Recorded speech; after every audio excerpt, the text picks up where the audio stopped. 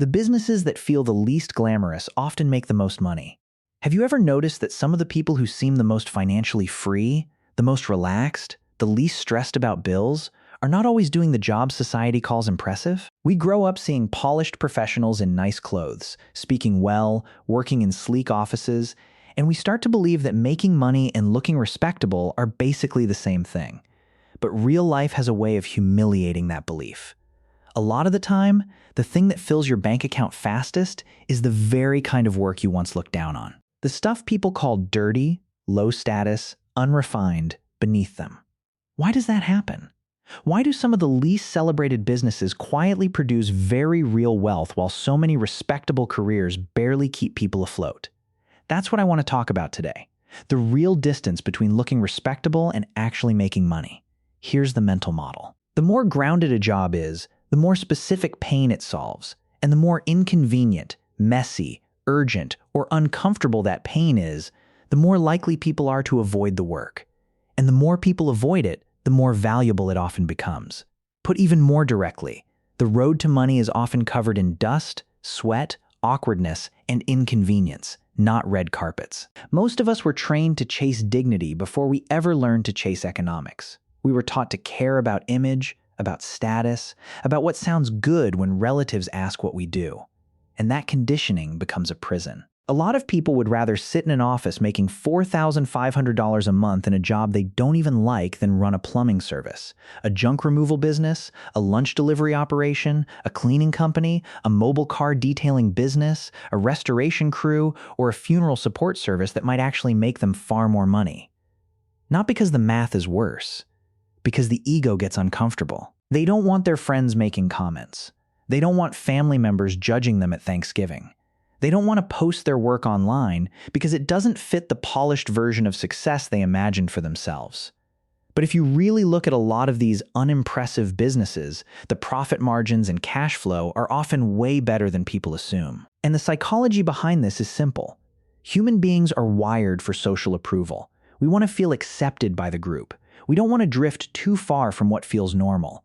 But the problem is, the biggest crowd is usually fighting over the same shrinking slice of opportunity. Everyone wants the polished office role.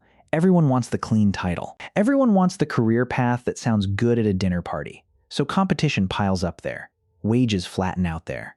Opportunity gets crowded there. Meanwhile, the things fewer people are willing to do become more valuable, precisely because fewer people are willing to do them. If you want to make ordinary money, you can think in ordinary ways. If you want to make above average money, at some point you have to be willing to see what average people refuse to see. And one of the biggest truths in business is this: scarcity isn't always about advanced technology or elite credentials.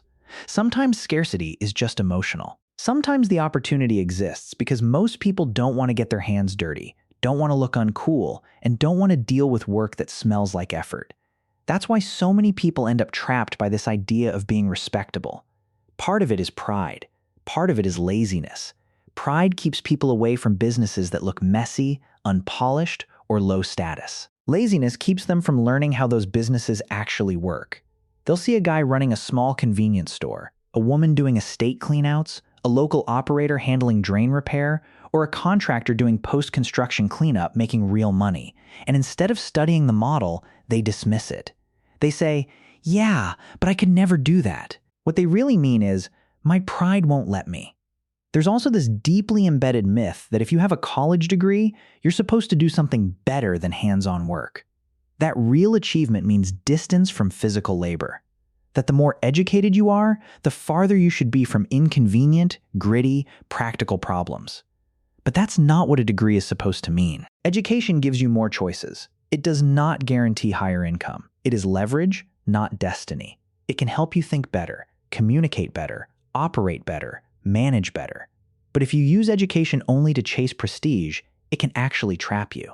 Plenty of smart, capable people spend their entire lives becoming polished little parts inside giant systems, collecting decent titles and mediocre paychecks because they were too attached to looking successful to build something economically powerful.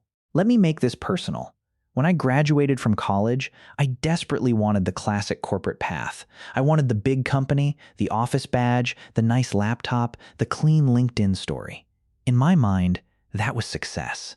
That was the path that made sense. That was the path that looked right. And when that plan didn't happen, I felt embarrassed. I felt like I had fallen behind. I felt like I had somehow missed the official train to a respectable life. Around that time, I met a woman who ran a secondhand resale and recycling business. She didn't have some glamorous resume. She didn't dress like a finance executive. Most days, she looked like she'd just come off a warehouse floor or out of the back of a truck, dust on her shoes, work gloves in the passenger seat, phone always ringing. If I'm being honest, the old version of me would not have looked at her and thought, "There goes a financial winner."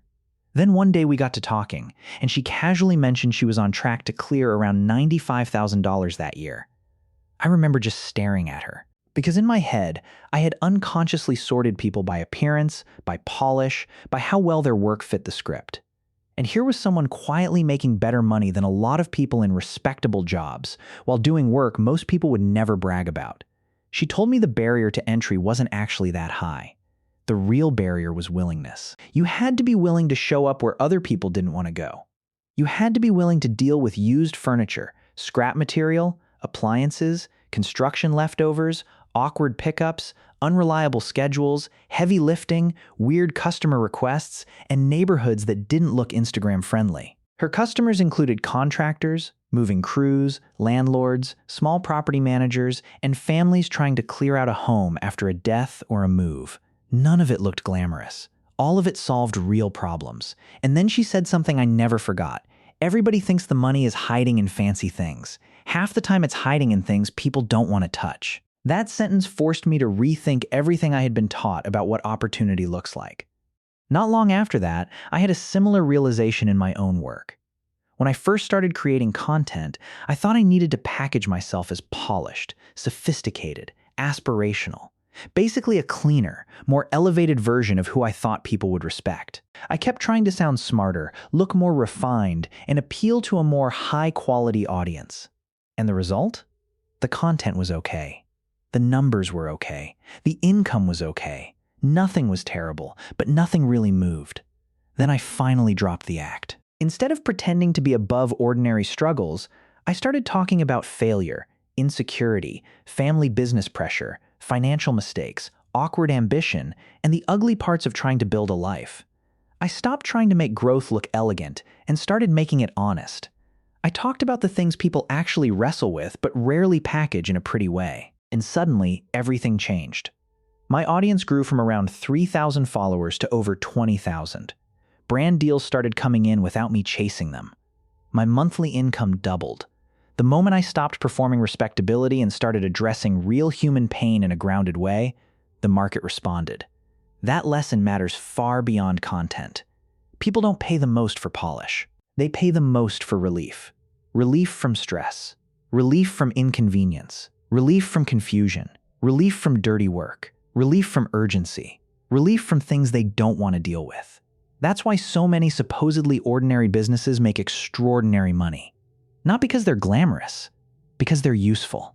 I have a friend in food service who learned this the hard way. He originally tried to build an upscale concept in a nice shopping center. The branding looked good. The menu looked premium. The interior was polished. Everything about it felt like the kind of business people would admire. And it bombed. Rent was high, labor was expensive, and foot traffic didn't turn into enough sales to support the image he was trying to maintain. Eventually, he gave up on trying to look impressive and pivoted. He moved near a cluster of office buildings and built a simple lunch operation. Fast, affordable boxed meals for busy workers who didn't want to think. No fancy decor, no aesthetic obsession, just solid food, speed, consistency, and value. He was in the kitchen himself. He tested dishes himself. He shouted specials. He sweated through his shirt. There was nothing glamorous about it. But within a year, the business was generating strong cash flow and clearing around $80,000 a year in profit. And he told me something that sounded almost identical to what the recycling woman had said in her own way. I was scared people I knew would see me and think I'd downgraded. Then I realized the only opinion that really improved my confidence was the number in my account. That line hits harder than most people want to admit. Because a lot of what we call dignity is really just borrowed judgment. It's us renting self-worth from other people's assumptions. And that is an incredibly expensive way to live. I've seen the same thing in service work. I have a relative who does drain cleaning and sewer line jobs. Every holiday gathering, someone inevitably makes a joke.